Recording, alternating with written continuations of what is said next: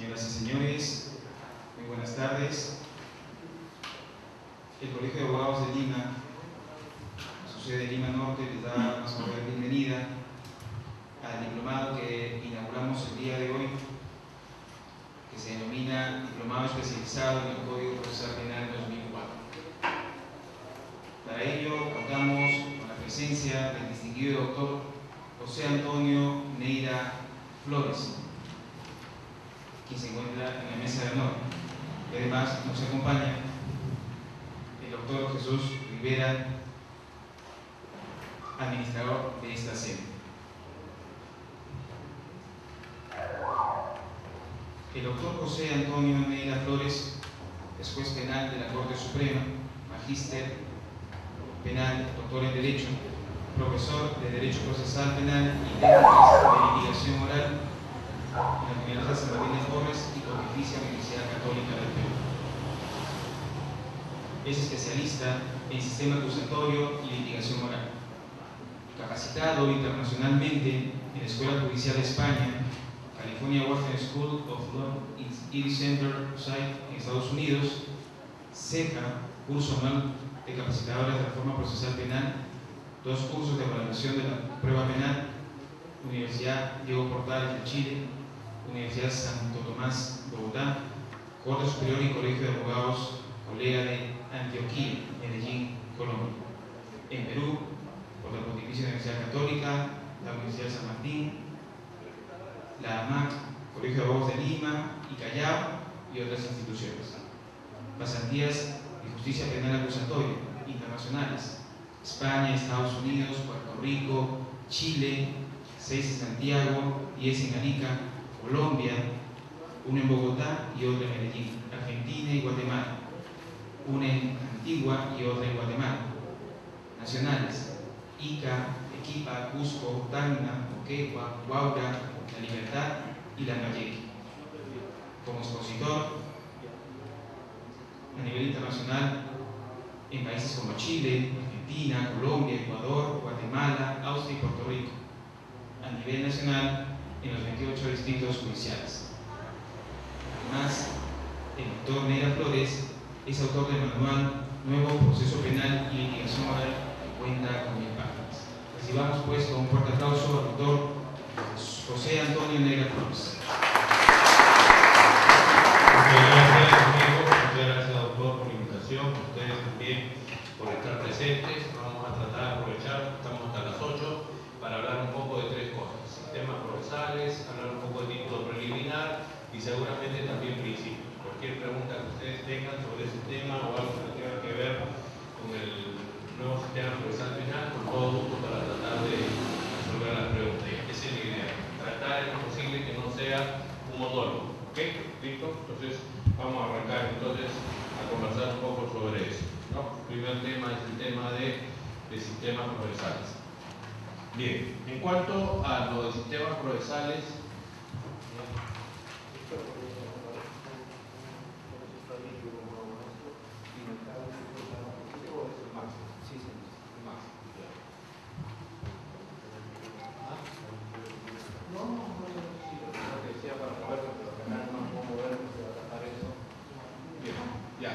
la idea es que estamos en una reforma procesal penal que empezó en julio del 2006.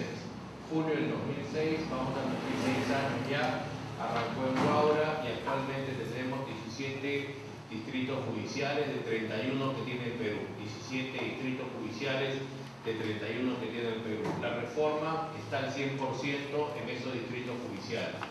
En los otros 14 distritos judiciales, como por ejemplo Lima Norte, Lima, Callao, Lima Sur, la reforma solamente para el 1% de delitos, para delitos contra la administración pública. Y no todos, solamente del 382 al 401. ¿No? Estamos hablando de delitos de concusión, de corrupción, de cohecho, malversación, peculado y enriquecimiento ilícito. O sea, del 382 al 401, ¿no? Entonces ya tenemos reforma en todo el país y antes de julio del año 2006 también se dispuso la entrada en vigor de disposiciones a nivel nacional, exactamente el 1 de febrero del año 2006. Terminación anticipada del proceso, ¿se acuerdan? 468 al 471, 1 de febrero del 2006.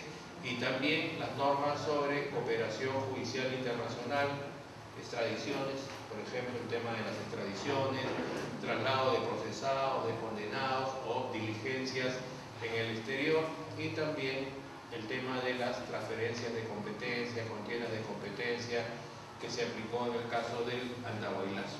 ¿Okay? Entonces, antes de que empiece la reforma en Huaura, también ya teníamos como de tránsito a esta, también que algunas disposiciones se estaban aplicando. Entonces, estamos todavía trabajando con un sistema que en parte es mixto, en otro es inquisitivo, porque el 90% de procesos penales que hay en nuestro país son sumarios, ¿no? O sea, no tienen juicio oral, por más que el juez se llame juez penal, es el juez instructor.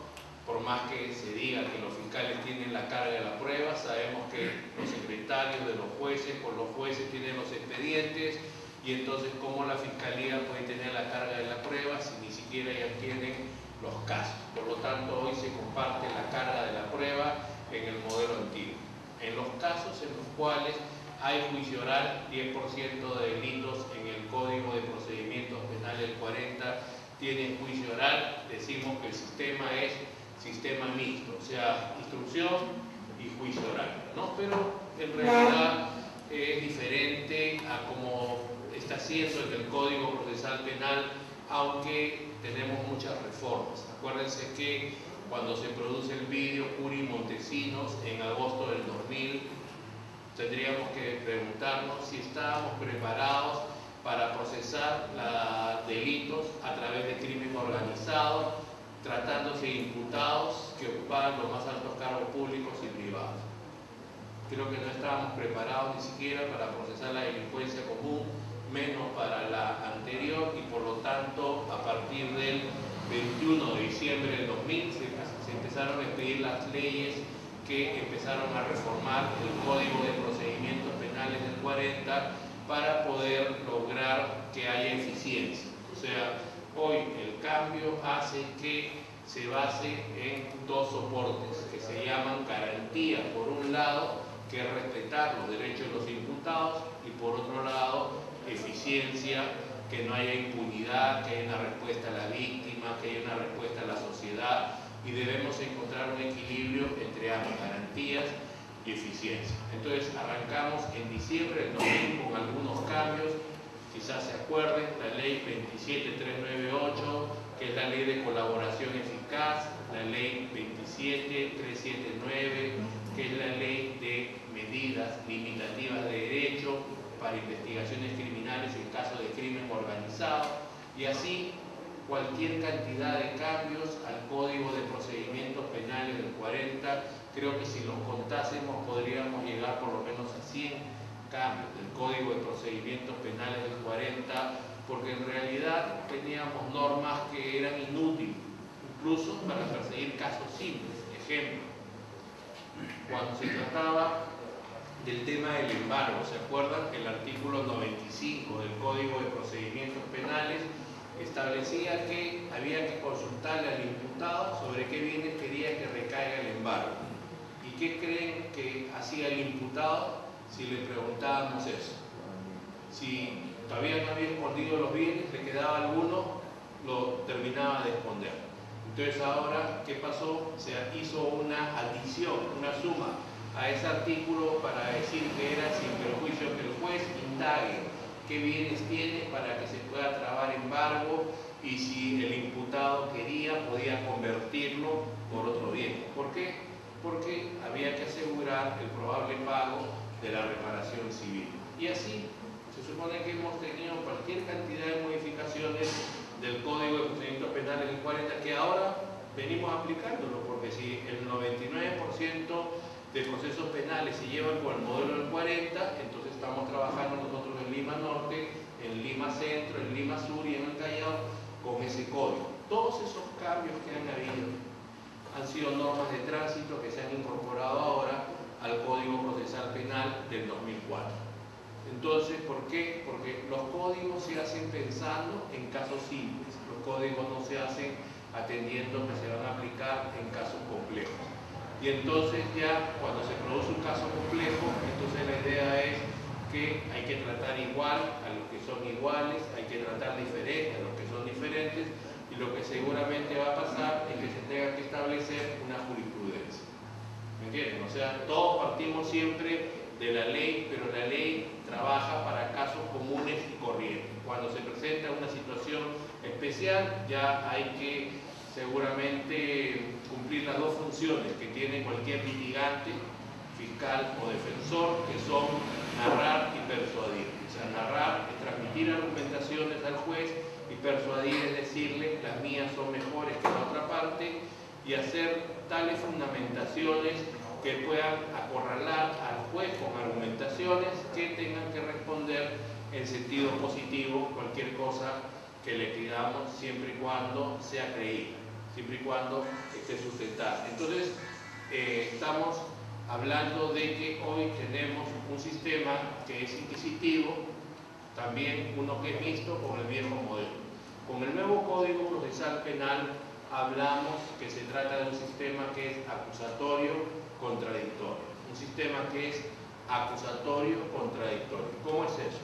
Cuando nos hablan a nosotros que el sistema procesal penal es acusatorio, lo primero que se tiene que venir a nuestra mente es que hay una gran diferencia entre el rol del fiscal con el rol del juez, ¿no? O sea, ahora sí que se consagre lo que está en la Constitución Política de 1993, o sea que el titular de la acción penal pública, el encargado de la persecución del delito y de probarlo es el fiscal. Y eso está pasando en la reforma procesal penal. Hoy día los jueces no tienen expedientes, le llaman carpetas, hoy no tienen ni expedientes ni carpetas. ¿Quiénes los tienen? Los fiscales, porque ¿quiénes son los que tienen que armar los casos? Los fiscales. ¿Con quiénes? Con la policía. Y entonces es un cambio, sistema acusatorio, separación de funciones entre fiscales y jueces. ¿Y cuál es el rol de los jueces ahora en la reforma procesal penal? El rol de los jueces es hacer la audiencia y dictar la resolución que corresponde. ¿Qué clase de audiencias? Dependerá de la etapa procesal en que nos encontremos. Si estamos en investigación preparatoria o etapa intermedia, será una audiencia previa al juicio oral y estará en función a los requerimientos que hagan las partes. Si el fiscal necesita arraigar al imputado al proceso, le pedirá una prisión preventiva al juez, entonces llegará a la audiencia, primero le presentará por escrito su pedido, un requerimiento escrito, al cual tendrán acceso ustedes como abogados. ¿Para qué? Para que se puedan preparar para el día de la audiencia y cuando esto ocurra, entonces el juez le pregunte al que le solicitó la audiencia, a ver, plantee sus argumentaciones y después corra traslado al defensor y el juez, cuando no entienda algo, en un diálogo informal va a preguntar a uno, va a preguntar al otro y después, en algunos casos, en 4 casos, el Código Procesal Penal establece que el juez tiene que resolver también oralmente, como por ejemplo en la audiencia de prisión preventiva, en la audiencia de tutela de derechos, termina de hablar el último y el juez tiene que pronunciar verbalmente su resolución. Entonces, claro, el juez no es una máquina, también dependerá si el caso es simple o el caso es complejo. Una cosa es un caso contra un imputado, otra contra 3, 4, dependerá de cuántos agraviados hay y en función a eso el juez tendrá que hacer la audiencia seguro uno por uno y terminando tomará nota, igual que ustedes seguramente, porque la obligación de un litigante, fiscal o defensor y también del juez, si estamos en un sistema donde la comunicación es oral, es tener encima de la mesa un blog, un lapicero, un código. Si eres muy moderno, sabes escribir muy rápido, una computadora laptop, si no, preferible el blog, porque la idea es que tienes que tomar solamente nota de ideas principales para refrescar memoria, para cuando te toque el turno puedas argumentar. Imagínate si vas a estar buscando la tecla para poner telegráficamente la idea, pues ya siguió hablando un minuto y por lo tanto no tomaste nota, y además también hay que ver si suenan las teclas de la computadora, porque si es así, ¿qué va a pasar? Va a distraer al juez, no vas a poder escuchar. Si estamos en un sistema de comunicación que es oral, entonces es importante saber hablar para ganar los casos en este sistema acusatorio, donde hay esta separación de funciones, sistema acusatorio oral, por lo que estamos hablando, el vehículo de comunicación que va a generar la información es la palabra, y que también es contradictorio. ¿Por qué? Porque todo el tiempo la idea es que si los jueces son terceros imparciales, quienes tienen que proveerle la información y tienen que lograr que sea de la más alta calidad son las partes. ¿Y cómo se va a producir esto? Sometiéndolo siempre a control por la otra parte, que tiene que hacer un test de credibilidad de esa información. O sea, la idea es que la otra parte, cuando le pongan a disposición una información, lo someta a la más alta falsedad, y si no lo logra, entonces el juez va a decir: esta información es buena y la voy a utilizar. Eso es contradicción. En un lenguaje simple, alguien persigue y ataca y otro tiene que replicar el ataque. Modelo contradictorio. El juez es un tercero imparcial porque en audiencias previas al juicio oral, en la etapa intermedia, el juez no tiene nada que ver con incorporar elementos de convicción, nada que ver con obtenerlos. ¿De quién es responsabilidad eso? Del Ministerio Público, de la Fiscalía. Lo hace para conseguir información, para armar su caso, o también para garantizar el ejercicio del derecho de defensa del imputado, ¿no? Por eso se dice hoy día que el Ministerio Público tiene que actuar objetivamente. Ya no se dice que el Ministerio Público tiene que ser imparcial. ¿Cuál será la diferencia? En que todo el tiempo que venimos trabajando con la ley orgánica del Ministerio Público hemos podido corroborar que actúa imparcialmente. Es posible que el Ministerio Público actúe imparcialmente cuando su función principal es perseguir el delito, establecer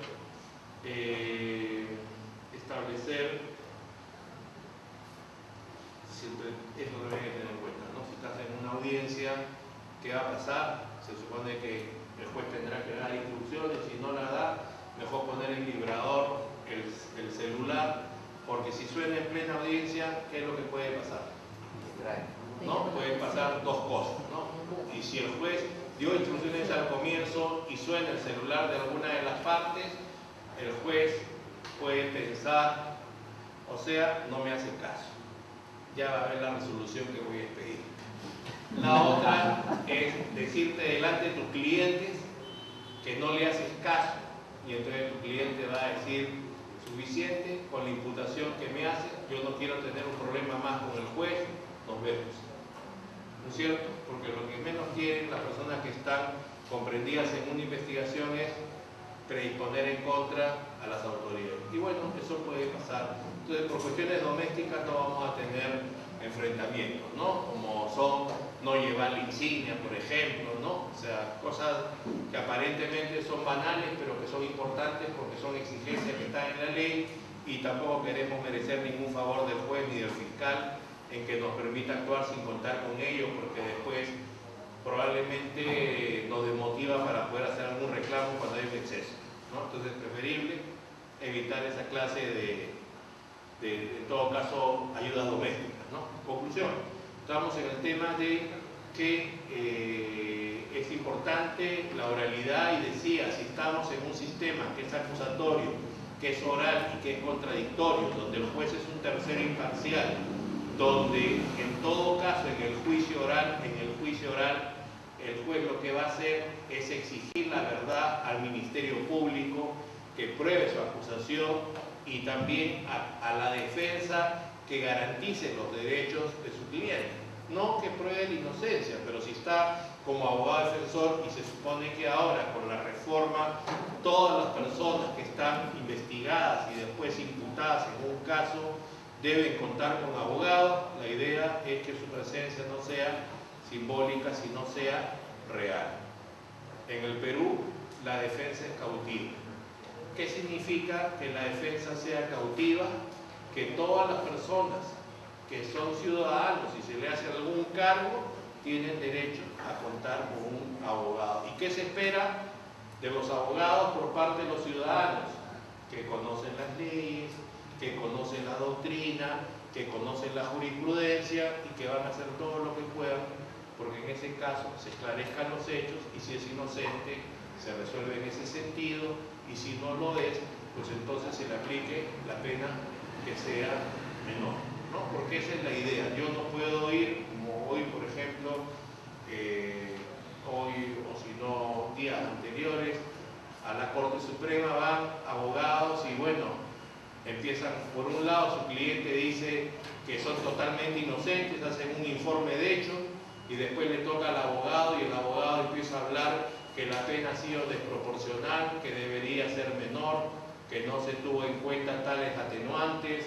Después se empieza a hablar que también hay que tener en cuenta la fecha en que se habrían producido los hechos, que habría prescrito y por último también la posibilidad de absolver a la persona. Entonces, imagínense ustedes, si ustedes fueran jueces, si un abogado viene y les plantea tres alternativas, ¿qué quiere decir? Que ni siquiera él está seguro de por qué su cliente es inocente o culpable o por qué ha prescrito la acción penal, pudiendo renunciar a la prescripción de la acción penal. O sea, en un sistema como el nuevo que tenemos, igual en el viejo, porque lo más importante que hay es la credibilidad que pueda tener un abogado. El prestigio se pierde una sola vez. O sea, párate frente a un juez y dile una cosa que ni tú la crees y que nadie la creería, porque se entiende que cuando vamos a hacer una argumentación tenemos que pensar que el juez, para valorarlo, ¿qué va a utilizar? Va a utilizar la sana crítica, ¿no? Que está compuesta por tres elementos: conocimientos científicos o técnicos, reglas de la experiencia y reglas de la lógica. Eso es lo que tiene que hacer cualquier persona que valore una información. Si yo soy fiscal o defensor y voy a ir donde un juez, tengo que primero examinar mi discurso, mi teoría del caso, la producción de las pruebas en función a estos tres elementos, ¿no? O sea, lo más importante en un sistema de audiencia es la verosimilitud de las afirmaciones que se planteen ante el juez. O sea, yo voy a defender a una persona por libertad sexual porque llama a la esposa, se habla con el imputado y el imputado dice: no, yo no tuve relaciones sexuales. Van a ver la carpeta fiscal y ¿qué es lo que van a encontrar? La chica dice que la única persona con la que tuvo relaciones sexuales fue con él. La chica tenía menos de 14, tenía 13, ha tenido un hijo y según la prueba de ADN, ¿quién es el papá? El imputado. ¿Puedo ir donde un fiscal o donde un juez a decirle que mi cliente es inocente? Va en contra de los conocimientos científicos. ¿Cómo puedes cuestionar tú la prueba de ADN? ¿Qué? Por el tema de la forma como se tomó la muestra, por el procedimiento, puedes cuestionar la cadena de custodia. Si no lo puedes hacer, entonces ¿cómo te puedes parar frente a un juez a decirle eso? ¿Me entiendes? O los temas de reglas de la experiencia, ¿no? Los temas de reglas de la experiencia, los temas de reglas de la lógica. Un abogado frente a un juez agarra y le dice: ¿quién va a creer que en esta bella ciudad de Arequipa, a las 9 de la mañana, una persona le va a robar a otra con este hermoso sol y la luz radiante que hay? Será para que lo capturases en forma inmediata. O sea, en otras palabras, lo que este abogado está diciendo es que es imposible que, porque es de día y son las 9 de la mañana, se pueda producir un robo. ¿Eso es admisible al 100%? Reglas de la experiencia y reglas de la lógica. Cualquier hora te pueden robar. Párate acá nada más a 4 cuadras y vas a ver qué es lo que te va a pasar, ¿no es cierto? Y en cualquier hora y en cualquier lugar te pueden robar a las 9. Claro, es menos probable en lugares donde haya más seguridad, ¿no? Es menos probable, pero igual tienes que cuidarte, porque si no te sustraen las cosas. O sea, este abogado está partiendo de una premisa falsa. Entonces, acuérdense, estamos cambiando. El sistema antiguo, que todavía lo tenemos acá en Lima Norte, mucha comunicación es escrita. Los jueces no se dan cuenta que lo hemos puesto nosotros porque son tantos escritos que entran al día, el secretario tiene que darle cuenta al juez, tampoco lo puede leer, delega en los ayudantes, al final 20, 30, la cantidad de hojas que hagas, ¿qué seguridad tienes que el juez lo ha visto? La única seguridad es la que te da que tú hablas y estás mirando que te esté escuchando, y esto es un sistema de audiencia. Pero si también tú le dices al juez cosas que son como las que yo estoy indicando, el juez, ¿qué va a pensar? ¿Qué va a pensar del abogado? Va a decir, no le puedo creer a este abogado, mira las cosas que me está diciendo. Y entonces uno va formando su criterio, va formando su prestigio, y así habrá más o menos predisposición para escuchar a los abogados. Los temas de los tiempos a veces son muy cortos, 5 minutos, pero estoy seguro que si la información que se da es muy importante, el caso lo justifica y el abogado está cumpliendo con su rol, cualquier juez le interesa que lo ayude a resolver mejor el caso, y seguramente va a ser más flexible con el tema de los tiempos, pero estará en función a eso, no a decir cosas que pueden ser verdad pero no son relevantes. Tengo 30 años de abogado, por ejemplo, ¿no? Arrancan los discursos, tengo 20 años de abogado, y termina de hablar 10, 15 minutos y al final alguien se podría preguntar, qué pena, ¿no? Tanto tiempo pasó por gusto. Entonces la idea es, no hay que perder ni medio minuto, ni un minuto jactándose de algo, sino hay que ir directo al punto, ¿no? Hay que decirle a los jueces lo que los jueces necesitan saber para que ustedes puedan ganar sus casos. No hay que decirle cosas a los jueces que los jueces ya saben. ¿Qué cosas creen ustedes que los jueces podrían saber? Por ejemplo, yo podría ir donde un juez y le podría decir, juez, voy a solicitar la inocencia de mi cliente porque le están atribuyendo un robo agravado, y el artículo 188 y 189 del Código Penal establece que los elementos constitutivos son los siguientes, pues: sustracción, apoderamiento, ejercicio de violencia, despojo de cosa mueble y provecho. Sustracción, pues, consiste en tal cosa, apoderamiento en tal cosa, bla, bla, bla. La Corte Suprema ha establecido en un acuerdo plenario la diferencia entre esto cuando se produce con un homicidio, en fin, o sea, se supone que lo que le está diciendo al juez son cosas que el juez ya las sabe, salvo que se acabe de enterar que se acaba de sentar como juez en su primera audiencia y tendría que pensar que no lo nombraron sin tomarle un examen, sin que se capacite. Entonces, sí, hay un tema que es fundamental, que es lograr la concentración de los jueces. Hay un autor que escucho a algunos abogados invocarlo, que se llama Don Ángel Osorio, en su libro El alma de la toga, que dice: la brevedad de los alegatos es el manjar de los jueces. O sea, en la medida que se pueda concentrar el máximo de información relevante, es eso lo que hay que utilizar en el tiempo que el juez le pueda dar a uno, ¿entiendes? Y eso es lo que pasa ahora con esta reforma. ¿Por qué?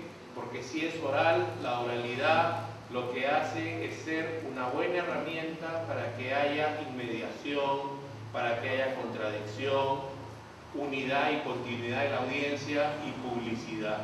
Tenemos ahora en esta reforma aproximadamente 80 audiencias. 80 audiencias, o sea, casi todo se va a resolver parándote frente al juez y enfrentándote al fiscal si eres defensor, ¿no? Y para eso, obviamente, se requiere cumplir con 3 requisitos. Si tú te vas a parar frente a un juez y lo que quieres es proveerle información que sea de la más alta calidad, tienes que contar o cumplir con 3 condiciones. Primera condición: conocer el caso. Segunda condición: conocer el caso. Tercera condición: conocer el caso, ¿no? O sea, el que no conoce el caso no tiene nada que hacer en el caso. Ustedes se sonríen, pero 99% de casos en Lima Norte son con el modelo antiguo. Vamos a un juzgado. ¿Qué pasa hoy día en un juzgado cuando te tienes que tomar una instructiva, una preventiva, una testimonial o una pericia? ¿Qué pasa? Si la ley dice que el juez debe empezar, ahí no está, que el secretario ya tiene los puntos sobre los cuales va a examinar, o qué tiene en la mano, y de ahí a quién se lo pasa, al fiscal. ¿Ya tiene los puntos sobre los que va a examinar? Tampoco. ¿Qué va a hacer? Continuar revisando, a ver qué falta. Si es que no le dice a alguien, consígname las preguntas. Y después el defensor público, si es, también los conoce, o si no, el particular, ¿qué va a pedir? Préstame el expediente. Claro, un acta, que es donde va a constar si estuvimos presentes, si preguntamos lo que tenía que preguntar, va a justificar. Pero en realidad es una farsa. En un sistema de audiencias es fundamental entonces estar bien preparado, porque la idea es que la regla general, las audiencias empiezan y continúan consecutivamente hasta que se pone la resolución. O sea, si te olvidas de decir algo, ya fuiste.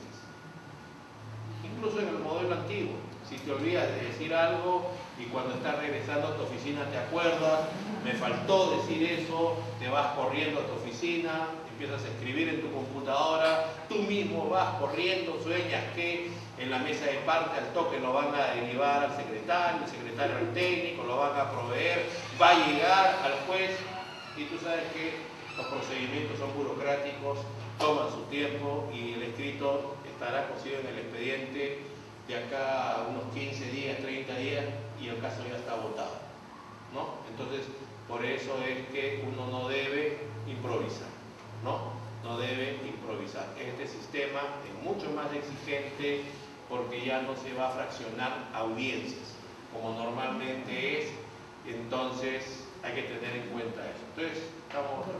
Doctor, entonces una audiencia se termina en el día que empieza sí o sí. Si es previa al juicio oral, sí, debe ser así.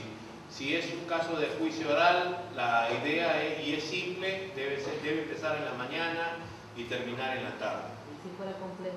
Si fuera compleja, la ley dice que debe continuar en días sucesivos, salvo que haya dificultad para los temas de notificaciones, donde podría dejarse un día para poder notificar, pero también ahí hay un tema. O sea, se supone que quien ofrece un testigo debe coadyuvar a que él concurra a la audiencia y a pesar de que el código establece que quien notifica es el Poder Judicial, entonces el juez te va a preguntar en el juicio qué hizo, usted ofreció al testigo, qué hizo para que el testigo venga y si no hiciste nada e insistes, pues se puede prescindir también de la declaración del testigo. Aparte que esas formalidades que hoy día hay se refuerzan más en el sentido que si tú ofreces un testigo, aparte de indicar la conducencia, la pertinencia, la utilidad, tienes que dar el domicilio. Si no das el domicilio, es inadmisible y ya no tienes posibilidad de plantearlo después. Acuérdate que hoy, en el juicio oral actual, hay preclusión también. O sea, o lo haces después de que te comunican la acusación, o lo haces 3 días antes de la audiencia que se va a iniciar el juicio oral, y en el nuevo Código Procesal Penal es la etapa intermedia. Te van a notificar la acusación, vas a tener 10 días para tú poder hacer un control formal o sustancial, o si quieres, porque no hay una cantidad de elementos de convicción suficiente, y si concuerdas con la acusación y dices, voy a ir a un juicio oral para que ofrezcas tus pruebas. Si no lo haces ahí, también hay una excepción al comienzo del juicio oral, pero la regla general es que en la etapa intermedia se admitan las pruebas, ¿me entiendes? Entonces, eso exige que uno entienda cómo es la lógica del nuevo modelo y se prepare al 100%, se organice, no improvise, arme, y es lo que van a trabajar acá. He visto en el programa mucho, es el tema de la teoría del caso y de litigación oral. O sea, desde el comienzo se entiende que así como estamos acá todos, porque nuestro corazón bombea sangre para que irrigue todos nuestros músculos en el proceso, el corazón del litigante es la teoría del caso, ¿no? que es un plan, es un mapa, es una estrategia, con los tres componentes, jurídico, fáctico, probatorio, el que va a establecer qué es lo que vamos a hacer como fiscales o como defensores, de tal manera que ya no trabajemos por experiencia o no trabajemos solo por intuición, que es útil, pero que no sirve trabajar por el olfato en los casos. Hay que trabajar hoy día planificando los casos, tener una visión del caso como se supone que tendría que ser en nuestra vida, ¿no es cierto? O sea, en los casos penales, como en nuestra vida, no podemos ser una hojita que se caiga del árbol y que esté en el mar al vaivén de las olas a dónde llego, ¿no? Sino uno tiene que pensar cuál es mi plan o mi proyecto para este año, ¿no? Uno tiene que preguntarse, ¿cuáles son tus expectativas en el 2012? Por lo menos tener metas. Si no se concreta, porque hay algunas dificultades, podría ser que se cumplan el 2013. O sea, ¿cuáles son los proyectos que tienen? En los casos judiciales también tiene que ser igual, ¿me entiendes? O sea, eso es lo que hay que ver. Por lo tanto, si hay alguna postergación del juicio, tampoco te puede convenir. Mira por qué. Se supone que todos piensan que se cita para hoy día el inicio del juicio oral y el fiscal puede haber ofrecido 5 testigos, tú puedes haber ofrecido 3, 4 y entonces de pronto alguien no va al comienzo del juicio oral. Y si alguien no va al comienzo del juicio oral, el defensor o alguna persona, el actor civil no impacta mucho, pero si son 2 o más imputados y alguno de ellos no tiene abogado, se va a suspender la audiencia. Y si se va a suspender la audiencia, tus testigos van a tener que regresar. ¿Cómo van a regresar? Es muy complicado que regresen. Si son oficiales, no van a regresar, salvo que alguien por lo bajo esté estimulando, ¿no? Para que ellos vayan, pero si no, es complicado. Están dejando de trabajar, el costo que tiene, ya sabemos que hay un deber, que la policía te va a traer, pero eso también hay muchas limitaciones para que ellos puedan cumplir con esa disposición. Por lo tanto, también es fundamental saber quién es el juez, si el juez es un juez donde en su juzgado tendría que estarse muriendo alguien para que no vaya a la audiencia, ¿me entiendes? También quién es el sparring a que te vas a enfrentar, fiscal, a otro colega, si es mañoso, si juega por las reglas de la lealtad, la veracidad, la honestidad, y en función a eso calcular, ¿no? O sea, si tienes 5 testigos, pues llévate un par, ¿no? Llévate un par ese día, ¿no? O sea, tienes que más o menos ondear bien cómo es el panorama, porque la idea es que tú no puedes perder la posibilidad que la prueba que ofreciste en la etapa intermedia y que anunciaste al comienzo del juicio oral no se concrete porque te pusiste una valla muy alta y pierdes el caso. O sea, los casos no se van a ganar porque uno sea un gran orador. O sea, es importante saber hablar. 5% para ganar un caso es saber hablar. Por supuesto, imagínate si hablas muy alto o hablas muy bajo, si el lenguaje que utilizas es un lenguaje que no es claro, si repites lo mismo. O sea, la verdad es que si no sabes hablar, si redundas, tienes muletillas, si tu tono de voz no es el adecuado, hablas muy rápido, hablas muy despacio. También el tema de la expresión corporal es fundamental porque la idea es que las personas a quienes dirigimos el mensaje estén atentos, ¿no? O sea, capten toda la información. Y si yo veo que alguien, como acá por ejemplo en el aula, cierra los ojos, entonces si yo estuviera hablando solo para esa persona, guardaría silencio. De repente la persona diría, ese ruido que me molesta no se está produciendo, síguelo produciendo. O sea, recuperé la atención de la persona, porque nadie habla para que no lo escuchen. Entonces, se supone que está en un tribunal y ven que se ponen a conversar un par de jueces, y bueno, si guarden silencio, los jueces le van a decir, continúe hablando, abogado, que lo estoy escuchando, y eso es lo que yo quiero, ¿no es cierto? Que me escuchen. Entonces recuperaste la atención, pero no vale que hables si no te están escuchando. No es una falta de respeto, más bien es una falta de consideración, por más que estén hablando de tu caso, que no te escuchen. Entonces mejor guarda silencio y le puedes decir a los jueces, Yo sé que están hablando seguramente de mi caso, pero prefiero que ustedes terminen para yo continuar mi discurso y que me sigan escuchando, ¿no? Que también eso es importante. O sea, en litigación oral, la idea es que no hay que pelearse con el juez. Lo último que tienes que hacer es eso. La idea es que los partidos no se ganan en la mesa, se ganan en la cancha y hay que saberlos ganar. Y también que los casos se trabajan profesionalmente y no se trabajan personalmente, ¿no?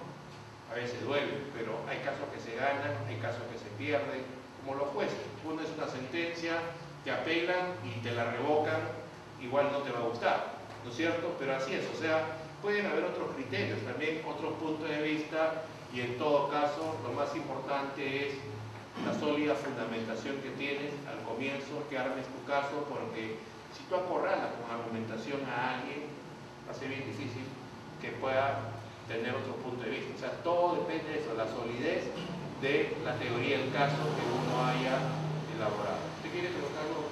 Sí, claro. Quería saber cuál es el sistema procesal que se está aplicando en el distrito de Lima, en los delitos con contravención pública, que se encuentran en apelación.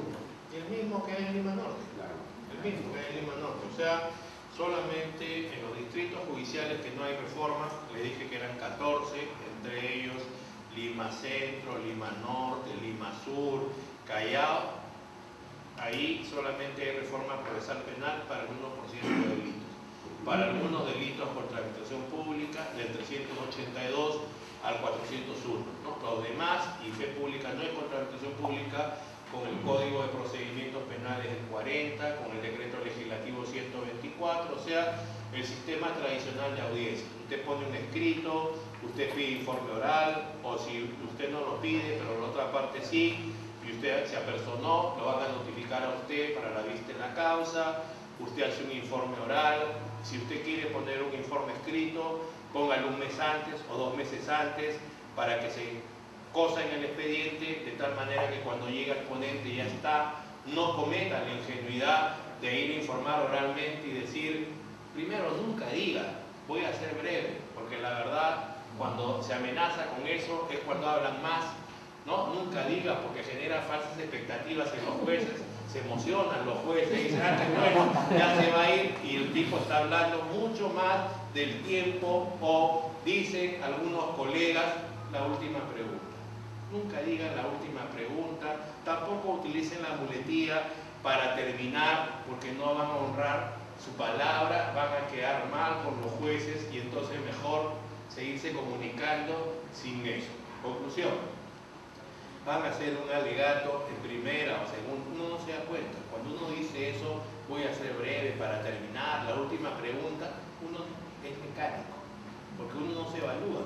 Ustedes se han filmado alguna vez trabajando como abogados y se han visto en su casa y han dicho, oye, yo no sabía que solo movía una mano, la derecha, la izquierda, parece que tengo reuma, o como mi tono de voz es así, a cada rato repito tal cosa. O sea, si uno no sabe cómo trabaja, porque en todo caso habría que llevar un colega, ¿no? Oye, toma nota de cosas que creas que son buenas, que son malas, y además que realmente sea objetivo, no vaya a ser que después le inviten un par de tragos a usted, le dé besito todo y no le diga absolutamente ninguna crítica, ¿no? O sea, la idea es esa. Conclusión, si ustedes van hoy día a un informe oral y lo hacen y le dicen, solamente voy a utilizar los 5 minutos que me han concedido porque acabo de dejar en la mesa de parte un escrito con 50 hojas de fundamentación, doctrina, legislación, jurisprudencia, ya fueron. Porque se supone que terminan de hablar y los jueces tienen que pasar a la votación.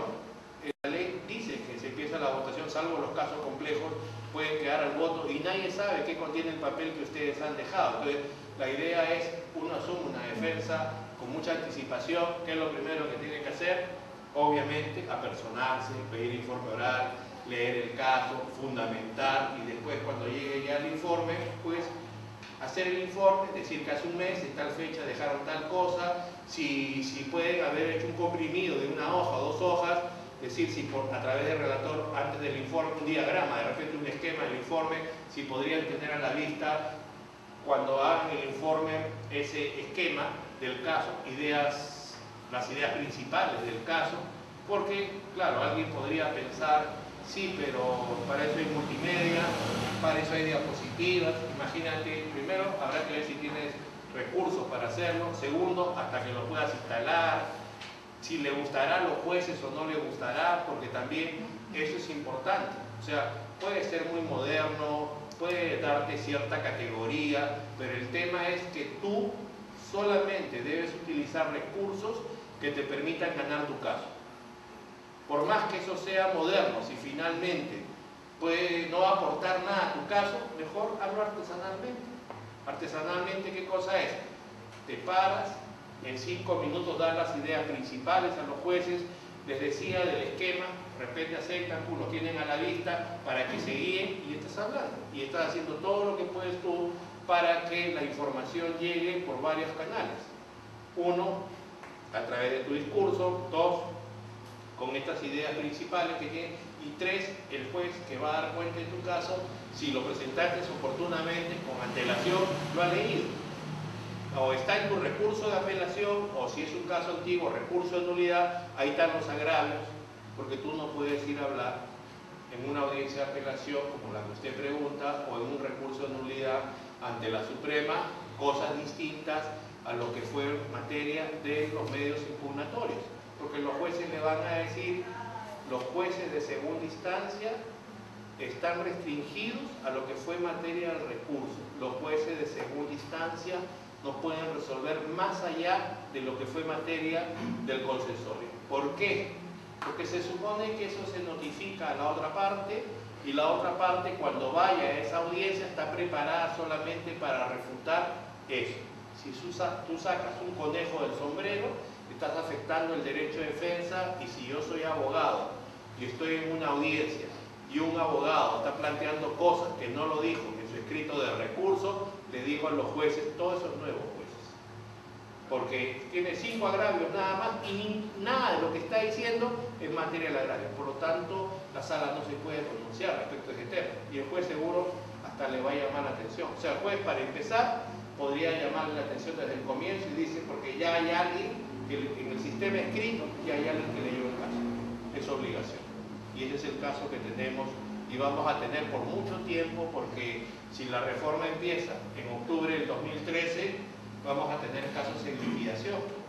Los casos antiguos van a pasar a los juzgados que se van a llamar juzgados y salas de liquidación, y vamos a tener acá en Lima Norte cualquier cantidad de cargas, por lo menos unos 4 o 5 años que seguir trabajando con el modelo antiguo, y los casos nuevos van a continuar porque la reforma procesal penal es a 2 aguas. ¿Por qué se dice que es a 2 aguas? Porque los casos antiguos terminan con el código antiguo y los casos nuevos empiezan con el código nuevo y terminan con el código nuevo. O sea, no van a haber adecuaciones, salvo que el caso esté en diligencias preliminares, la denuncia, como acá, el año pasado, se dijo en el 2011 en Lima, y me parece que en Lima Norte también, se dijo, los casos que hasta el 15 de enero no se haya hecho la denuncia por parte del fiscal, se adecúan al nuevo Código Procesal Penal. O sea, se supone que ahí entonces el fiscal tendría que formalizar su investigación preparatoria y ahí se producirían el sinnúmero de audiencias. Ya no vamos a tocar la instrucción, ya no el juez que dirija la instrucción. ¿Usted quiere intervenir? Sí, doctor. Se dice que este nuevo modelo procesal es adversarial. ¿Qué nos puede explicar al respecto del sistema? ¿Qué es falso? ¿Qué es falso eso? Y te voy a explicar por qué.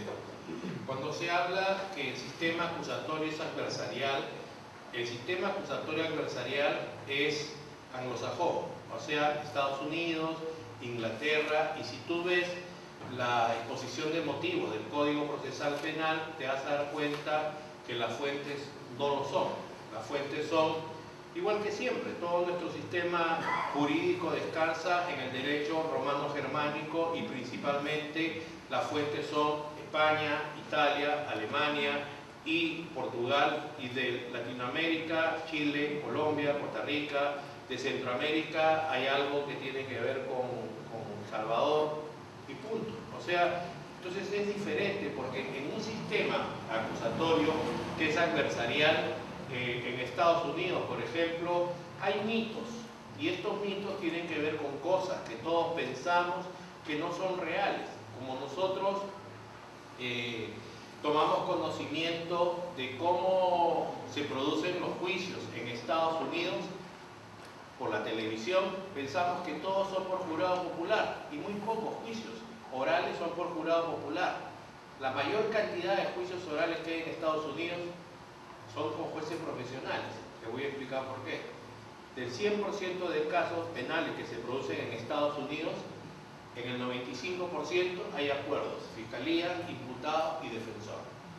Entonces yo, defensor, se supone que si voy a poner un caso ante un jurado popular, el jurado popular no conoce la ley, no conoce la doctrina, no conoce la jurisprudencia, y entonces por una cuestión de sentimiento pueden condenar a mi cliente. Entonces los casos que yo voy a llevar ante jueces profesionales va a ser casos donde yo cuestione, por ejemplo, el tema de las garantías. Hay prueba ilícita. ¿Qué va a saber el jurado popular sobre ese tema? Hay que excluir la prueba ilícita.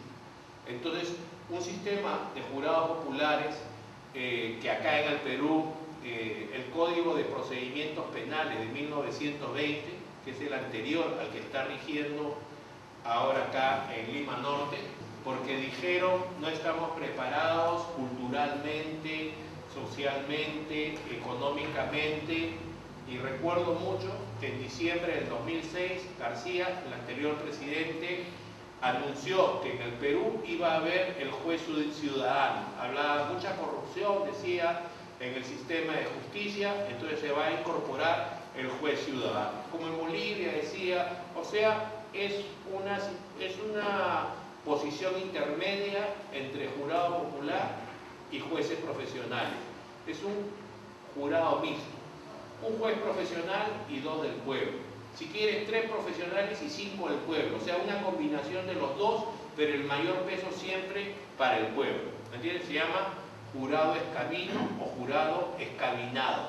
Jurado escabino o escabinado. Hoy día eso existe en Bolivia, existe en Venezuela, existe en Rusia, o sea, hay países en los cuales, en España también está previsto que haya jurado popular, pero para muy pocos delitos, ¿me entiendes? Muy pocos delitos, porque la tradición, ¿cuál es? Que los juicios sean hechos por jueces que sean abogados, por jueces que sean profesionales. Entonces, cuando tú hablas de que se dice que en nuestro país el sistema acusatorio es adversarial, la respuesta es que no, porque también en un sistema acusatorio adversarial, a pesar de que en la legislación no está prohibido que en un sistema como Estados Unidos o como Inglaterra se pueda actuar prueba de oficio por los jueces, la cultura hace que ningún juez actúe de prueba de oficio en un caso norteamericano. Entonces ahí se dice que el caso es de adversarios, solo entre los adversarios. O sea, el fiscal acusó, el fiscal prueba su acusación. El juez no va a aportar ninguna prueba de oficio. Es más, en un sistema adversarial, para que veas la diferencia con el sistema europeo continental que es el nuestro, como es en España, Italia, Alemania, el jurado o el juez escucha al agraviado y si lo convence no se necesita corroboración. Punto. Suficiente. Y eso no pasa en nuestro Perú. No ha pasado antes ni va a pasar porque ya sea la declaración del imputado o la declaración del agraviado, ¿qué se necesita para dar por probado hechos? Siempre corroboración, ¿no? Acuerdo plenario penal de la Corte Suprema 2-2005. Y como no va a haber prueba directa, prueba periférica, prueba inicial, ¿no? Entonces, otra cosa, cuando un sistema acusatorio es adversarial, entonces lo que va a pasar es que cuando se tenga que decidir, por ejemplo, si ese caso debe ir a juicio, si se debe dictar una prisión preventiva, también se llama audiencias preliminares, no es como ahora con nuestra reforma, donde viene el fiscal, le puso un papel, un requerimiento de prisión preventiva, pero después oralmente tiene que decirle por qué se tiene que dar esa prisión preventiva y el abogado contesta. En un sistema acusatorio adversarial hay que llevar a testigos y hay que someterlo a un mini interrogatorio frente al juez, porque ni el fiscal ni el defensor estuvieron cuando se produjeron los hechos. Ellos han investigado y han armado una hipótesis de teoría del caso, pero en un sistema anglosajón el juez quiere escuchar a la fuente de prueba, o sea, por inmediación directamente a los que pudieron percibir a través de cualquiera de los sentidos, y eso no va a pasar en nuestro país. Entonces hay muchas cosas que hacen que esto sea diferente, sino que ha habido una confusión. Te voy a explicar por qué. Tampoco entonces se puede decir que es garantista. ¿Qué? Tampoco se puede decir que este nuevo modelo No, es sí es garantista. Es garantista, pero justo lo que pasa es lo siguiente. Si tú sales a la calle y le dices a la gente, estamos en este distrito, es San Martín de Porres, ¿no? Si le dices a la gente de San Martín de Porres, la reforma procesal penal al 100% arranca en octubre del 2013 y es garantista. ¿Y qué significa garantista? Te van a decir, significa que se respetan todos los derechos de las personas que hurtan, que roban, que trafican, que lesionan, que no le pasan alimentos a sus hijos. La gente, ¿qué te va a dar como respuesta? Si va a proteger a los delincuentes, entonces no quiero que continúe, prefiero que siga el que está. Entonces nosotros, los profanos no entienden de estas cosas. Entonces, ¿qué pasa? Es por un lado garantista porque se supone que la verdad no se puede obtener a cualquier precio, pero por otro lado hay límites, cuáles son el respeto a los derechos fundamentales, pero por otro lado también hay que evitar que haya impunidad, hay que tratar de dar una respuesta a la víctima, a la sociedad, y eso se llama eficiencia. Entonces, este código es un código que trata de encontrar un equilibrio entre lo que son los dos soportes modernos de la reforma procesal penal. Entonces, lo que pasa acá es que el año 2004 Estados Unidos trajo unos profesores de Puerto Rico. Puerto Rico es un territorio asociado a los Estados Unidos, o sea, es como una colonia de Estados Unidos. Puerto Rico hasta 1898 pertenecía a España, que era colonia de España. 1898. Su sistema procesal era igual que el nuestro, inquisitivo. Pero en 1898 pasa a ser colonia de Estados Unidos, y entonces ¿cuál es su sistema procesal? Anglosajón. Si usted quiere ir a Puerto Rico, debe tener la visa de Estados Unidos para que lo dejen entrar. Entonces traen profesores de Puerto Rico y nos escogieron a 10 profesores. Fuimos 10 profesores que nos capacitaron, los 3 profesores de Puerto Rico. ¿Con qué modelo? Con el modelo anglosajón. Entonces, ¿por qué no trajeron profesores de Estados Unidos? Porque tendrían que saber ellos o muy bien el español o nosotros muy bien el inglés. Y entonces hay muchos términos que son muy complicados y por lo tanto más fácil era traer gente que es latina como nosotros, que tiene nuestra idiosincrasia y habla nuestro idioma. Entonces nos capacitaron a 10 personas, y esas 10 personas son ¿en qué sistema? Sistema acusatorio adversarial.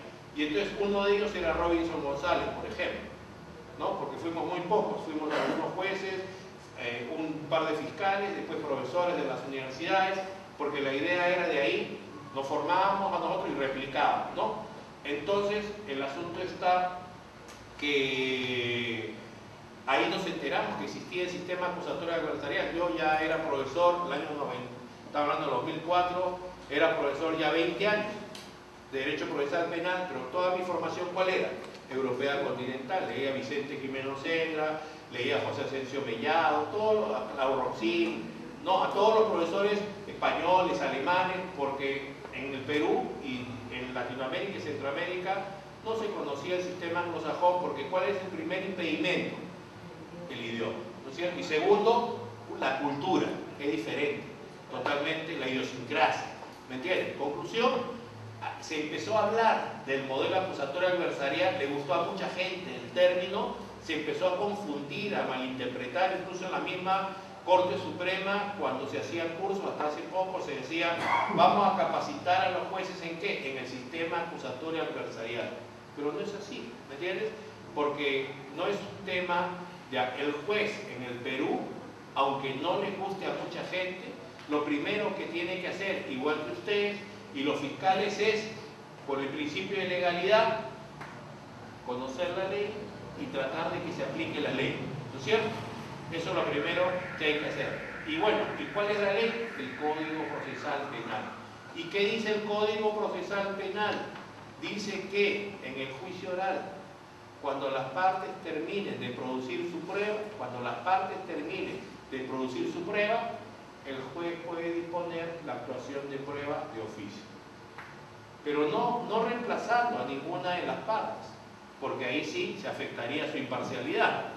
El código dice, puede hacer una inspección, puede hacer una reconstrucción, obviamente si hay declaraciones contradictorias, un careo, todo esto está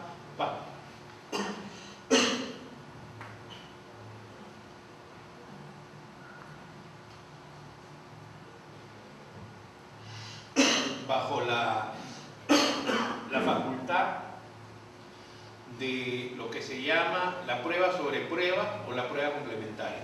La prueba sobre prueba o la prueba complementaria.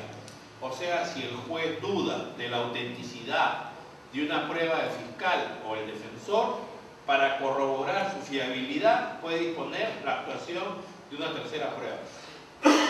Pero el juez no puede decir, no le creo al fiscal, no le creo al defensor, me parece que la verdad es esta, y por lo tanto empieza a hacer desfilar testigos. Trae un testigo al juicio y bueno, el juez agarra y dice a el fiscal, testigo de oficio.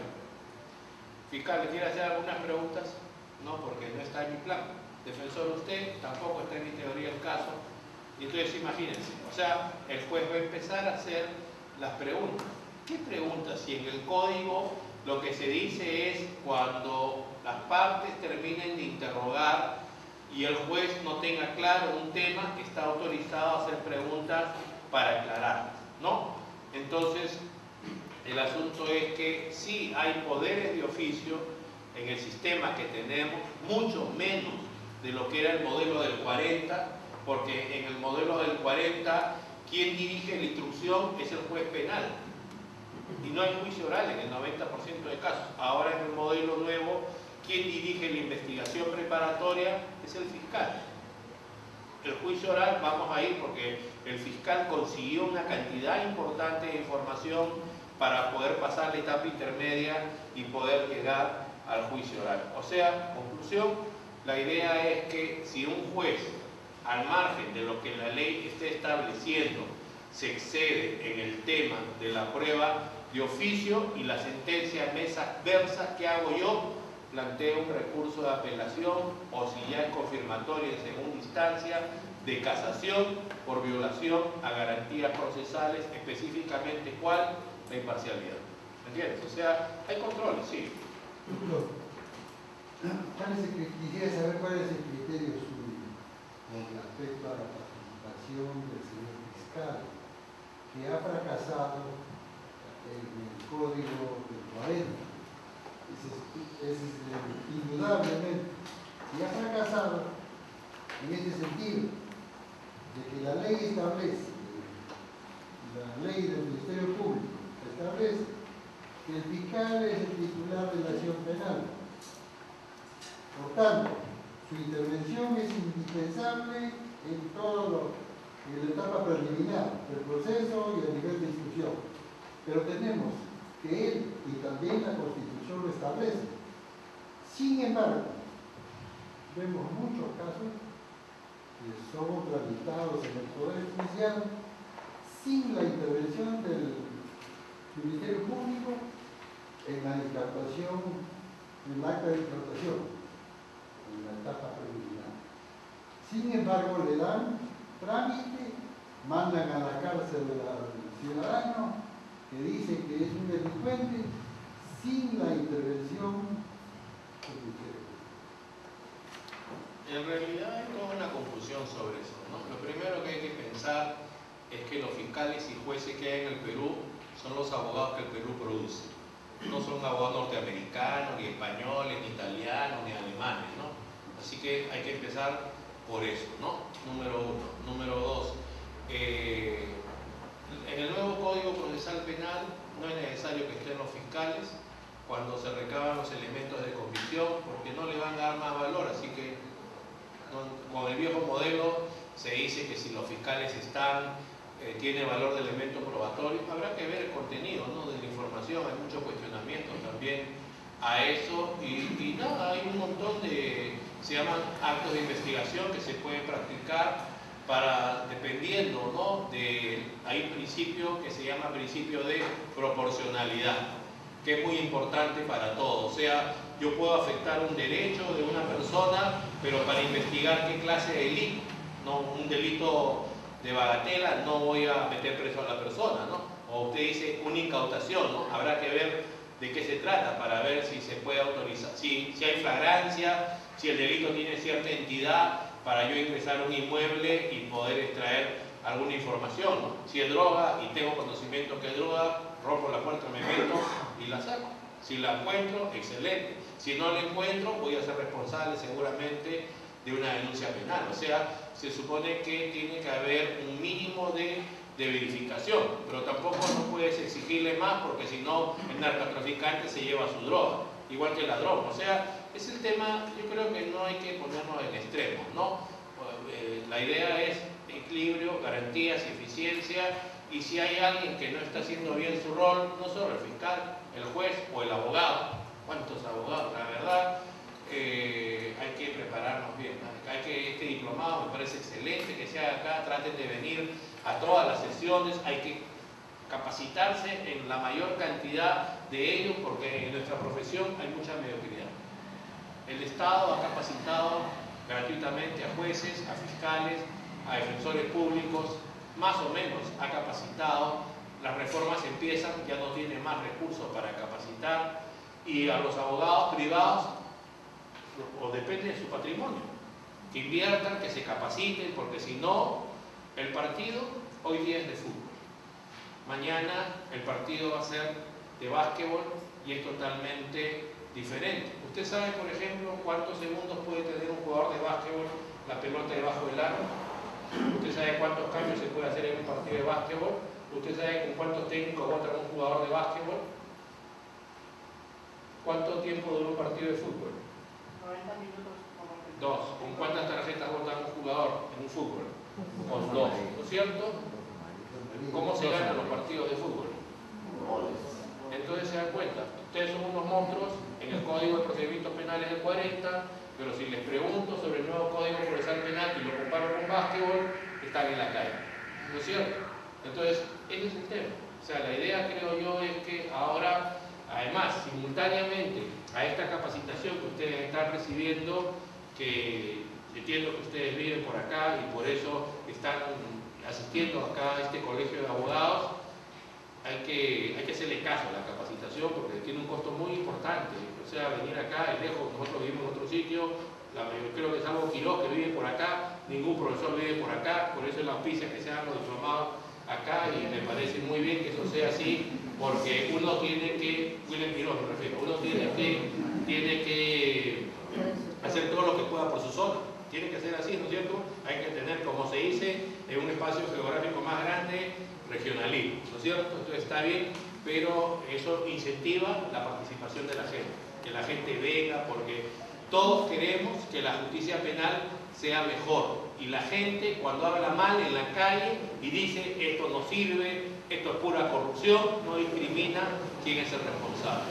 Si es el juez, si es el fiscal, si es el defensor, y todos estamos desprestigiados. Este es un sistema que hoy día nos da la posibilidad de poder mejorar nuestro prestigio por la transparencia que contiene en audiencias públicas y además porque si el juez ve que el partido es de fútbol y está jugando básquetbol, el juez no puede permitir que en su sala de audiencia haya uso del derecho, ¿no? Si hablamos nosotros del título preliminar del Código Procesal Penal, aparte de los temas de sistema, de titularidad del Ministerio Público, un punto fundamental es el derecho de defensa.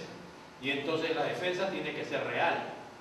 Y si la defensa no es real, ¿qué va a pasar? Usted habla mal de los fiscales, pero ¿qué si le toca un fiscal que mínimamente es competente? No va a hacer trizas. Y entonces, si el juez ve que hay un fiscal competente y hay un defensor que no es competente, el juez se hace de la vista gorda y lo deja operar al defensor, y entonces cuando el juez resuelva el caso, lo va a hacer solo con información unilateral. Y por lo tanto, esa resolución es de mala calidad y por lo tanto esa resolución es ilegal. Entonces, ¿qué tendría que hacer el juez en esos casos? Estamos hablando de casos donde sea pues evidente que este abogado realmente no justifica estar en un sistema de audiencia. Ya ha pasado, ya en muchos distritos judiciales los jueces han declarado el abandono de la defensa. No hay norma expresa que lo autorice, pero si tú ves Constitución Política del Estado, artículo 2, igualdad, 139.3, debido proceso, 139.14, derecho de defensa, estatutos del Colegio de Abogados, título preliminar, y además hay buenos registros, hay filmaciones o hay audios, y por lo tanto, si el juez excede, también le corta la cabeza al juez. Pero si realmente el abogado no está garantizando los derechos de su cliente, creo que los colegios de abogados también tienen que hacer algo. O sea, el juez le dirá al imputado, usted tiene tales derechos, su abogado no los está controlando, y de repente el imputado le dice algo increíble. El único abogado que creo en la tierra es él, no confío en otro. Así que o él me defiende o me defiende otro. Entonces el juez se pondrá a pensar y dirá, ¿esta es una cuestión de sentimientos o cuál es mi rol como juez en una audiencia? Si estamos diciendo que el rol del juez es lograr un equilibrio entre garantías y eficiencia, ¿qué hago yo en una audiencia cuando veo a un abogado que no garantiza absolutamente ningún derecho? ¿Lo dejo que juegue ese partido o le digo al imputado, ¿sabe qué, amigo? Si usted quiere terminar la audiencia, béselo, abrácelo, haga lo que usted quiera con él, pero en mi tribunal él no puede litigar. ¿Por qué? Porque no tiene mínimamente las condiciones para que eso sea así. Después resuelven, apelan, me cambia de abogado, ¿y qué va a decir? No hubo indefensión en esa audiencia. Escuche usted el audio o vea la filmación y se va a dar cuenta que acá el abogado solo estuvo físicamente. O sea, ¿quién cuida que no haya nulidades en la audiencia? ¿No es el tema del juez? Entonces, eso hay que tener mucho cuidado. O sea, este es un sistema que desnuda a todos los abogados mediocres. Así que hay que tener cuidado. No, ya, no. Pregunta por otro, porque no podemos monopolizar. A las 8 nos vamos. Falta poco, por si acaso falta un cuarto de hora. Si alguien más quiere hacer alguna pregunta, con todo gusto, ¿ya? Con todo gusto, ya. Listo. Sí, doctor. Una consulta. El título preliminar acá nos menciona de que el Ministerio Público debe actuar con objetividad. Ya. De que debe también recaudar unas pruebas que posibiliten llegar a la inocencia del imputado. Ya. Bueno, yo veo que es un poco, digamos que no es que está lo propongo actualmente, porque normalmente he escuchado por compañeros que trabajan con fiscales que dicen, yo acuso nomás o yo denuncio ya en el Poder Judicial que lo suceda. Ya. Porque más fácil es acusar que buscar pruebas absolutorias. Ya. ¿Qué se puede meter al respecto? Sí, te rogaría que leas las reglas sobre el sujeto procesal Ministerio Público. Si tú lees las reglas sobre el sujeto procesal Ministerio Público, ahí vas a encontrar que debe trabajar con objetividad, ¿ya? Y aparte de eso, la Constitución Política del Estado, 159, dice funciona el Ministerio Público, ahí está el tema de la carga de la prueba. Aparte de eso, lo siguiente, ahora en esta reforma tenemos una etapa intermedia fuertísima, ¿no? Ya si eso que tú has escuchado es algo que no se va a repetir. ¿Por qué? Porque mira las estadísticas, del 100% de hechos que se ponen en conocimiento de los fiscales, 100% de hechos que se ponen en conocimiento de los fiscales, el 20% se archivan por principio de oportunidad o acuerdos reparatorios. O sea, se trata de encontrar una solución. Estamos hablando de delitos cuyo mínimo legal de la pena no es mayor a 2 años, o sea, de bagatela, ¿no? La idea es, al agraviado hay que resarcir, ¿no es cierto? Entonces termina el caso. 20% se archivan por terminaciones anticipadas del proceso. ¿Cómo no vas a tener un buen abogado ahí? Imagina, que te diga si te conviene o no te conviene negociar, o mejor te vas a un juicio y vas a lograr la absolución. O sea, es fundamental el tema de una defensa real, 20% se archiva así. 20% se archiva liminarmente por los fiscales. Cuando le llega una denuncia, los fiscales conocen de derecho y ¿qué tienen que hacer? Este tema es laboral, este tema es civil, este tema es administrativo y archivo liminarmente. ¿Para qué vas a darle contenido? Pues lo que quieren es presionar. 20% de casos se archiva en la etapa intermedia. Se supone que los fiscales hacen requerimiento de sobreseimiento, o sea, requerimiento de sobreseimiento. Cuando se da el caso que tú planteas de requerimiento de acusación, primero, del 100% de casos que la Fiscalía toma conocimiento como delitos, solamente en el 3% de casos hace requerimiento de acusación. Solo en el 3% de casos. De ese 100% que llega, o de ese 3% que llega a la etapa intermedia, si tú lo conviertes en 100%, solo el 10% se queda ahí, en la etapa intermedia. El 90% son autos de enjuiciamiento. O sea, en realidad, en los juicios orales, se supone que no llega ni el 3% de casos. Al comienzo del juicio oral, la Fiscalía plantea su caso, el juez le consulta al acusado, previa conversación con su abogado, si quiere acogerse a la conclusión anticipada del debate, y ahí se queda el 10% de casos. El 90% de casos que va a juicio oral son condenas. Solo en el 10% de casos hay absoluciones. O sea, yo como abogado, ¿esto de dónde lo he sacado yo?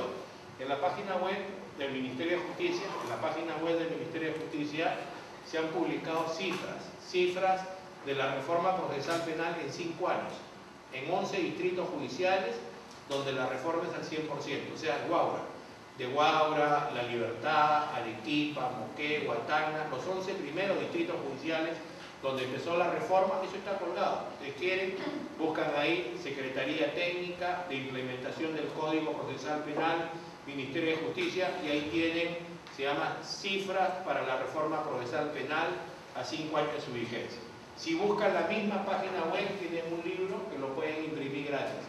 Es una revista de jurisprudencia, con jurisprudencia de 11 distritos judiciales también, de distintos temas, que está colgado hace 3 meses más o menos ahí.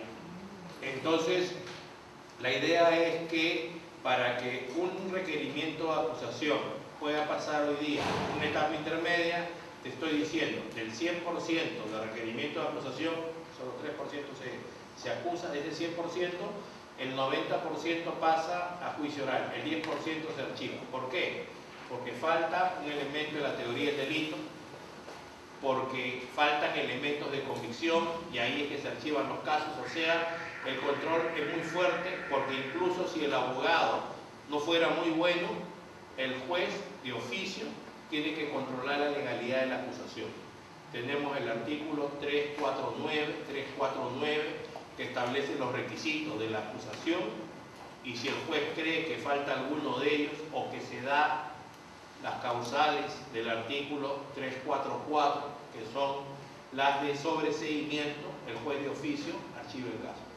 O sea, no importa que haya un requerimiento de acusación, el juez puede archivar un caso en la etapa intermedia. O sea, esa es la gran diferencia que hay con el control de acusación que hoy día hay, un acuerdo plenario penal de la Corte Suprema también del año 2009, donde se establece que se puede hacer eso, pero solamente es para saber si se cumplen con los requisitos formales, ¿no? Acá decimos que aparte de eso hay un control sustancial o material sobre la acusación que tiene que ver con, están todos los elementos de la teoría del delito, hay acción, hay tipicidad, hay antijuricidad, hay culpabilidad, falta alguno, se archiva el caso, ¿no? O si es que se dan todos, pero no hay elementos de convicción, ¿para qué vamos a ir a un juicio oral solo con la sindicación del agraviado de un robo? No hubo flagrancia, no hay preexistencia, el imputado niega, o sea, todos sabemos cómo va a terminar el caso, o sea, no tiene sentido, ¿no? Entonces ahora tenemos una etapa intermedia pues que evitaría lo que tú dices, ¿no? Aparte de eso hay otras cosas. Tenemos un sistema de control del trabajo del fiscal que es bien riguroso, es bien drástico, se le ha puesto el nombre de tipo semáforo. así como los semáforos, o sea, luz roja, luz ámbar, luz verde, y entonces ahí están midiendo el tema de los plazos. Si los plazos están por cumplirse, la luz es ámbar, si se cumple roja, pum, pueden abrir el proceso disciplinario. Estadísticamente se ven también cuántos casos se archivan, por qué se archivan, ¿me entiendes? Entonces, todas esas cosas uno tiene que preguntarse ahora, ¿no? Quizás al comienzo de la reforma todos estábamos aprendiendo, los profesores también aprendíamos a enseñar, y entonces podríamos haber dicho que si un fiscal produce acusaciones y después los jueces absuelven, habría que votar a ese fiscal.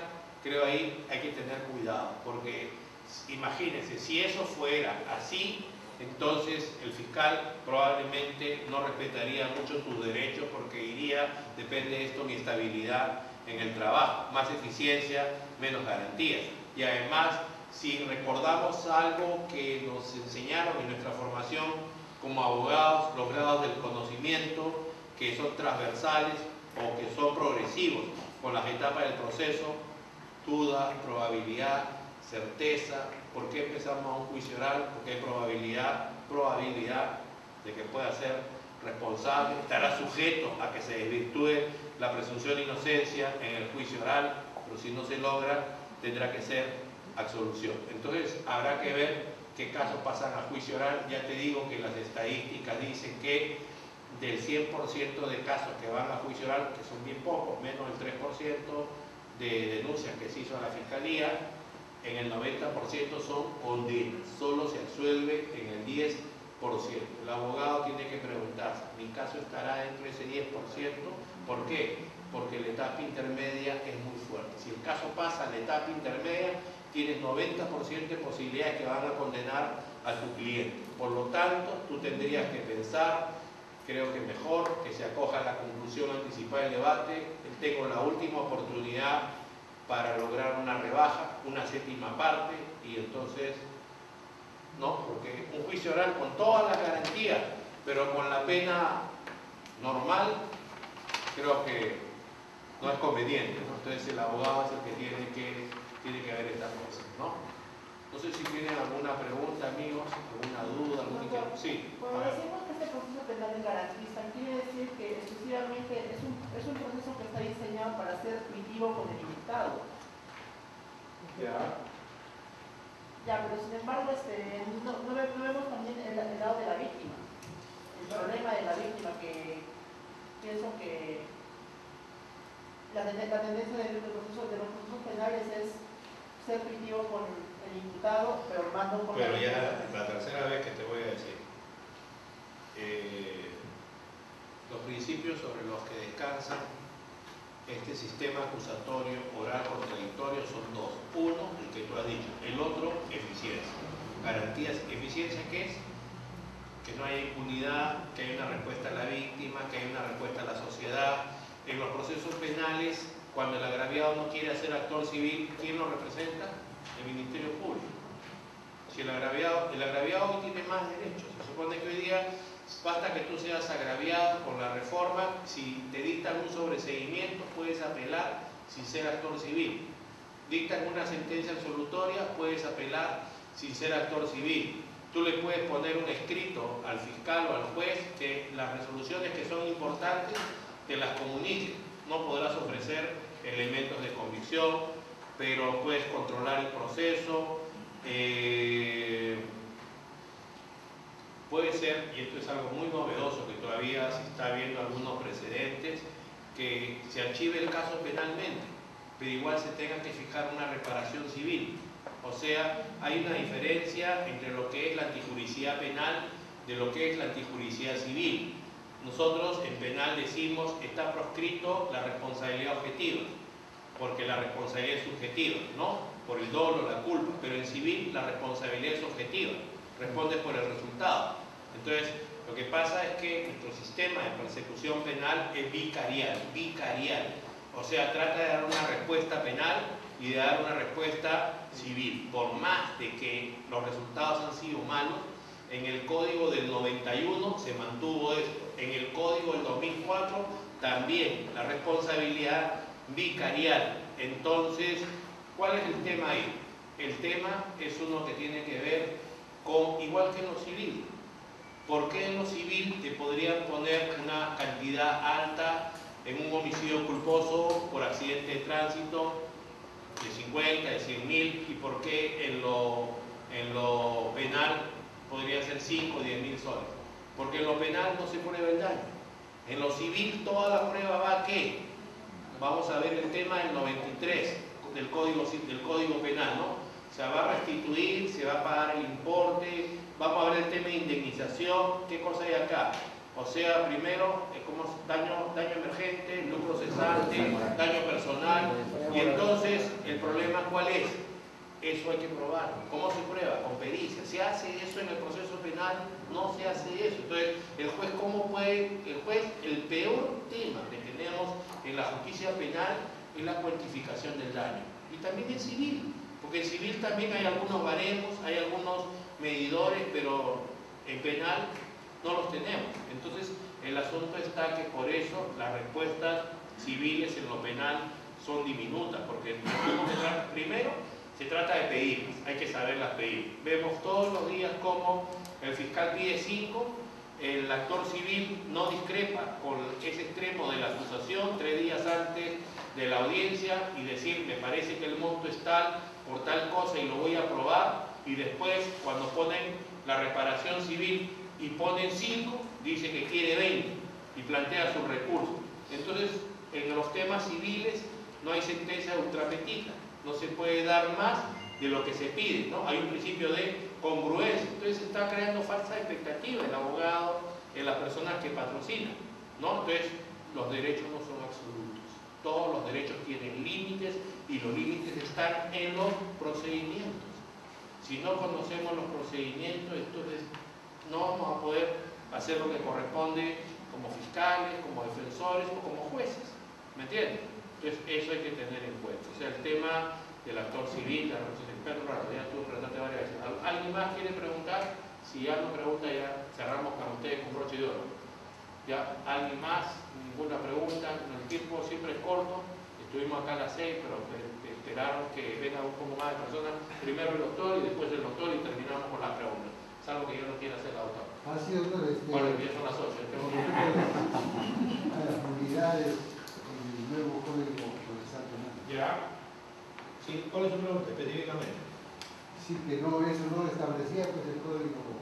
El artículo 150, lea el artículo 150 del Código Procesal Penal, ahí están las nulidades absolutas, relativas, hay que ver si son trascendentes, no son trascendentes, ¿no? Eso es lo que hay que ver.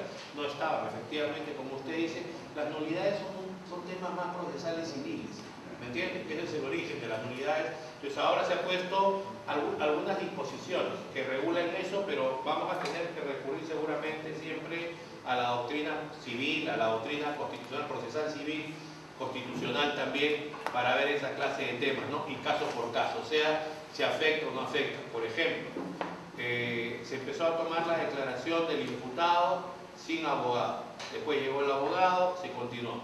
Y entonces el abogado lo que hace es pide la nulidad. Entonces uno tiene que preguntarse, ¿y qué cosa es lo que declaró sin abogado? Sus generales de ley. Entonces, ¿me entienden? O sea, hay que ubicarse. O sea, no se puede declarar nulo por declarar nulo. O sea, hay que ver también, ¿se afecta algún derecho fundamental? ¿Es trascendente? ¿Puede haber convalidación? Hay que pensar en eso también, ¿no? Pero 150. Doctor, ¿usted? Sí, doctor. Habló usted de la reflexión, el daño emergente. Sí, sí. ¿En qué momento con ese nuevo código todo se va a poder interponer la falsa denuncia? Ya. O sea, ¿en qué momento del proceso se podrá determinar que existió una falsa denuncia? El código no se refiere a eso, porque no tendría por qué pensar partir de algo que podría ser así, ¿no? Pero lo que habría que ver, mire, el nuevo Código Procesal Penal no cambia para nada el Código Penal. El Código Penal, su doctrina, su jurisprudencia, todas se mantienen. Es más, inclusive acuerdos plenarios penales de la Corte Suprema, a propósito ya hay cerca de 100 jurisprudencias penales procesales vinculatorias de la Corte Suprema, se extrapolan y se pueden utilizar con la reforma procesal penal. Habría que ver qué criterios hay, igual se tendría que aplicar Por ejemplo, en los temas que hablábamos ahora del valor de la declaración de testigos, lo que decíamos era que tiene que haber 3 criterios: uniformidad, falta de ánimo perverso y corroboración. Igual esos criterios van al nuevo Código Procesal Penal. Tenemos un acuerdo plenario, por ejemplo, de vinculación de la acusación a la sentencia. En lo pertinente también se podrán aplicar, aunque ahora se hable de una acusación principal, una alternativa, o sea, porque el Código Procesal Penal, a través de las casaciones, puede generar también nueva jurisprudencia vinculatoria, o como lo llama el Código, doctrina jurisprudencial. Tenemos 6 años de reforma procesal penal y seguramente innumerables casaciones. ¿Saben cuánto se ha declarado fundada a la fecha en 6 años? Solo 13 casaciones. Y no creen que es necesario seguramente establecer doctrina jurisprudencial, o se pueden haber producido en los procesos infracciones a garantías procesales, sustantivas, indebida o errónea aplicación de la ley. Seguro que sí. Pero ¿saben cuál es el problema? Que uno de los temas, y el civil, a pesar de que el código es del 93 y tenemos casi 20 años, se siguen cometiendo muchos errores en la interposición de los recursos de casación. ¿Cómo no va a ser que eso multiplicado N veces se esté repitiendo también en la reforma procesal penal? Entonces, aparte de estos temas que van a conversar en el diplomado, creo que hay que trabajar intensamente la prueba penal y los recursos.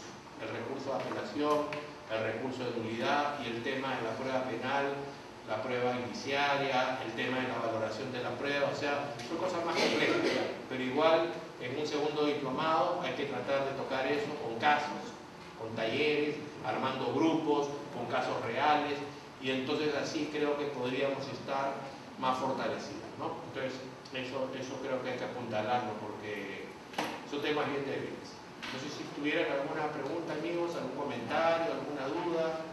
Si no, ya tendríamos que dar por concluida esta sesión. Les agradezco mucho su participación, su presencia. Me siento bien honrado de haber inaugurado esta fecha en la sede del Colegio de Lima Norte. Primera vez que vengo. Antes he ido a Izaguirre, he ido a los 2 locales frente a la corte en el antiguo y después al costado de la corte de San Lázaro. Así que espero poder estar nuevamente con ustedes. ¿Ya? Buenas noches.